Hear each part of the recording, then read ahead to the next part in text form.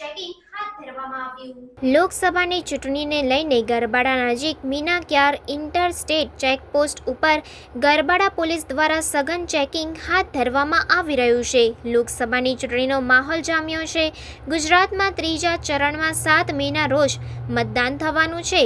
લોકસભાની ચૂંટણીને લઈને દાહોદ જિલ્લા પોલીસ દ્વારા જિલ્લાની તમામ આંતરરાજ્ય બોર્ડરો સીલ કરી દેવામાં આવી છે. ત્યારે રાત્રિના સમયે ગરબાડા પીએસઆઈ જે.એલ. પટેલ સહિત પોલીસ સ્ટાફ દ્વારા ગરબાડા નજીક મીનાક્યાર ચેકપોસ્ટ ઉપર આવતા જતા તમામ વાહનોનું સઘન ચેકિંગ હાથ ધરવામાં આવ્યું હતું અને ગરબાડા પીએસઆઈ દ્વારા મીનાક્યાર ચેકપોસ્ટ ઉપર હાજર પોલીસ જવાનો તેમજ એસએસટી ટીમને ગુજરાતમાં તથા મધ્યપ્રદેશ રાજ્યમાં પ્રવેશ કરતા તમામ પ્રકારના વાહનોની ઝીણવટભરી ચકાસણી કરવા તથા તેમાં શું માલ ભરેલો છે તેની તપાસ કરવા તેમજ વિદેશી દારૂ, નશીલા માદક પદાર્થો તેમજ રોકડ નાણાકીય હેરફેર ન થાય તે માટે જરૂરી સૂચના આપવામાં આવી હતી.